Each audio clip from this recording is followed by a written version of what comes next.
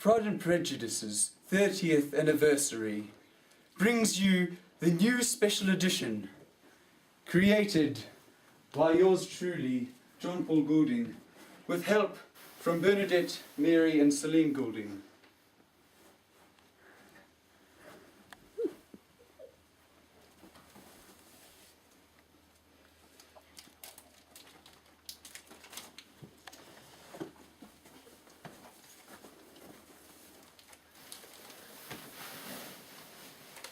Even a church in sight.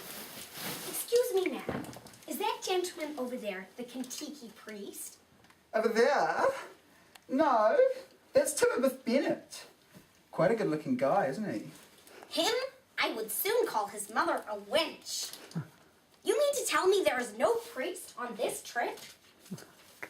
Priest? No, this is Kentucky. We have a vicar, though. She's over there. She? Huh?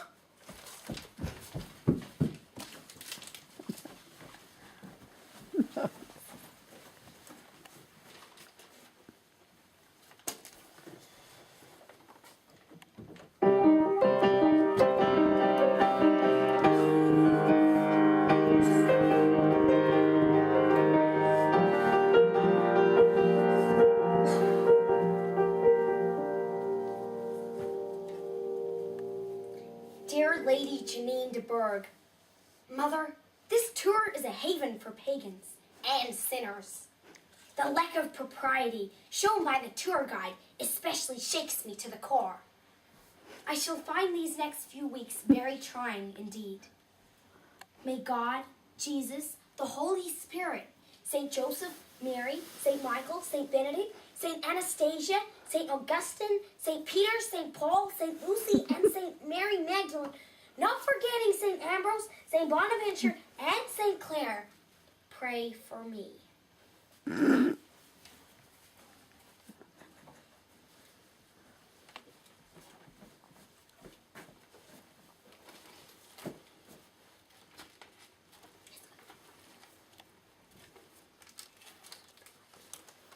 Bonjour everyone, welcome aboard. If you look to your left, you will see that we are coming to the Arc de Triomphe. The what? The Arc de Triomphe. I can't understand a word he is saying. Stop mumbling. Speak English. So now we've just passed the Arc de Triomphe. Oh, the Arc de Triomphe. Great, now we've missed it. I'm so mad I could crucify you, Timabeth. Alright, campsite ahead.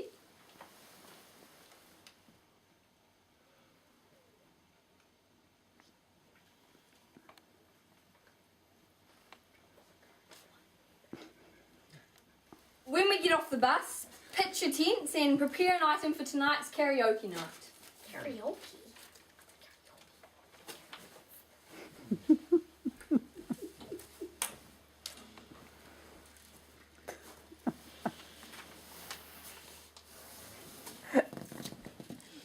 Hey, Mr. Tambourine Man, play a song for me. I'm not sleeping and there's no place I'm gonna be. Hey, Mr. Tambourine Man, play a song for me. In the jingle jangle morning I'll come following you. Never have I heard anything more pleasing. I would be very happy if you'd do me the honor of dancing with me, Mr. Timabeth. Oh yeah, alright.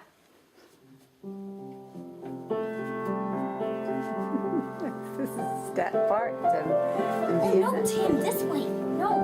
Oh.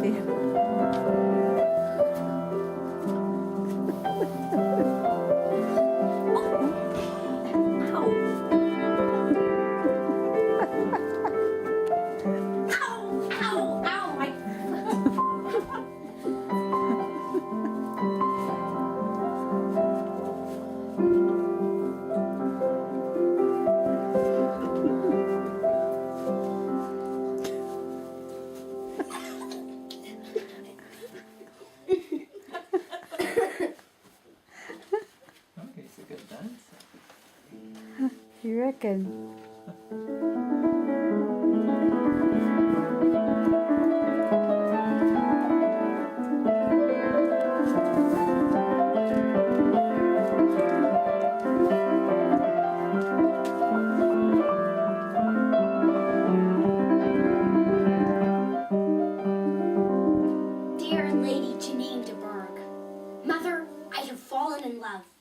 And if you cannot guess with who, I should think you a simpleton indeed. For there is but one man in the world I love. Timabeth is the most handsome of men, one whose fine eyes captured me from the first day. It is against my better judgment. He is a non-believer.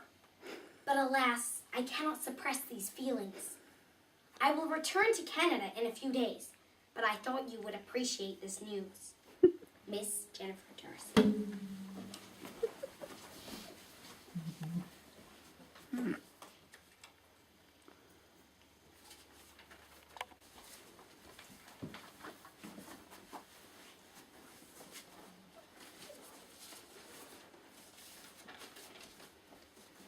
My daughter, I trust you are well.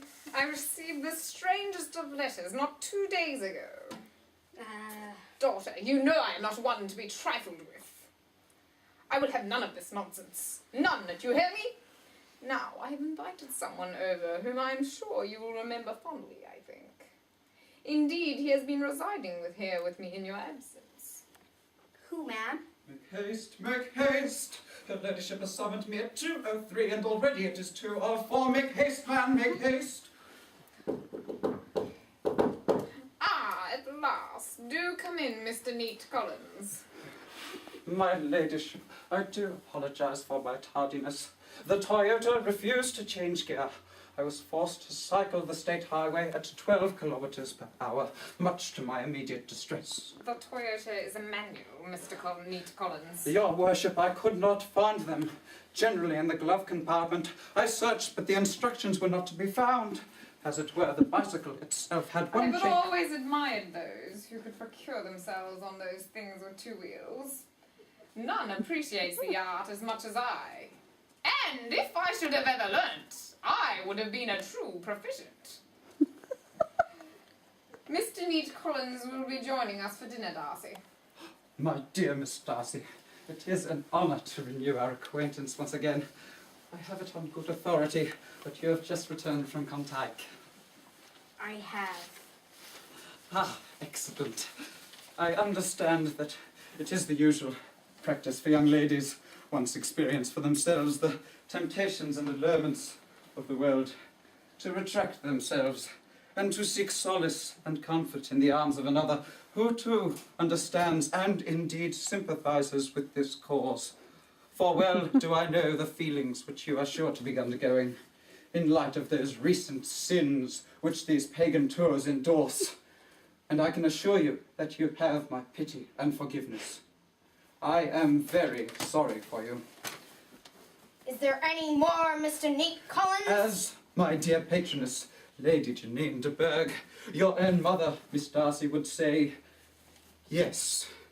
And you would do well to listen, Miss Darcy, for what I have to say concerns Lady Janine de Burgh's, and I flatter myself, my own wishes regarding this matter. The sins which you must have committed are indeed grievous. However, it is the wish of my patroness to nullify these through the communion of holy matrimony. Such a union is the perfect remedy for a plight as bleak as your own, my dearest Miss Darcy. And this is why our marriage will be not only beneficial to your own religious status, but acting in direct accordance to the wishes of Lady Janine de Burgh. These are her words. Mr. Collins, she said, you must marry. Choose a quiet wife, for my sake, and for your own, a useful sort of woman. Indeed, when we are wed, her ladyship has offered a room in her spacious apartment, for she is the essence of generosity, is she not? My lady, surely she is too excited, and who could not be, at the idea of spending not one day, nor indeed two, but an indefinite period at this very apartment. In this it is my firm belief that thy worship has outdone kindness itself. For if I may That will do, Mr. Collins. I am most seriously displeased.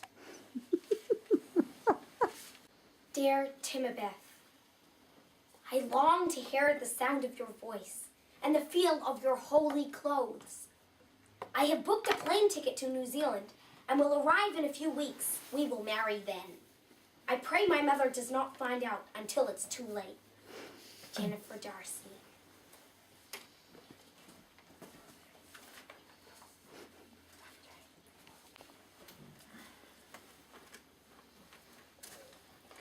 Yeah, she's a pretty good-looking Canadian chick. How can you fall in love with such a girl, with no dowry, no money whatsoever? Oh, we shall all be ruined. Come off it, Jane. She might not have any money, but she's still top of the line. Have you no compassion on my poor nerves? You mistake me, my dear sister. I have the utmost respect for your nerves that have been my constant companion in these past 20 years. Then why do you insist upon ruining us all? Oh, fetch my smelling salts! I feel my Satan is coming on me again! Sister, calm yourself. Oh, it's all your father's fault, you know. If he had raised you properly, you should know better how to act. Oh, my poor nerves! Well, I intend to marry her all the same. I'm sorry, Jane.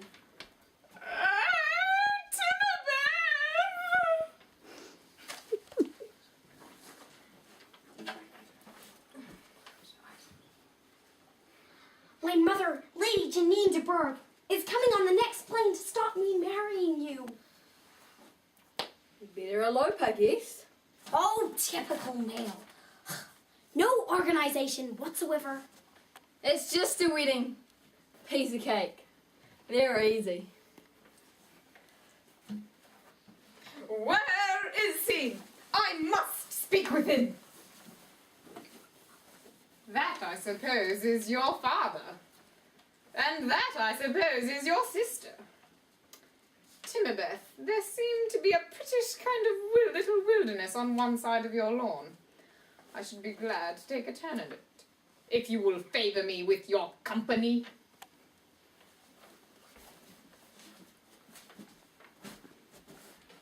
Not 3 days ago, I received a report of an alarming nature. I was told that my daughter planned to leave for New Zealand and that you had proposed to her. Of course, this is absurd. You, a pagan, know you have no right to my daughter. She is promised to Mr. John Neat Collins, whose attachment to our family is stronger than any trickery which you may have conjured up in order to steal my Jennifer Darcy. Their engagement is of a peculiar kind. From their infancy they have been intended for each other. It was the favourite wish of his mother's as well as hers. Yeah, well, you see... Tell me once and for all, are you engaged to her? We married yesterday. But you can come on our honeymoon if you want.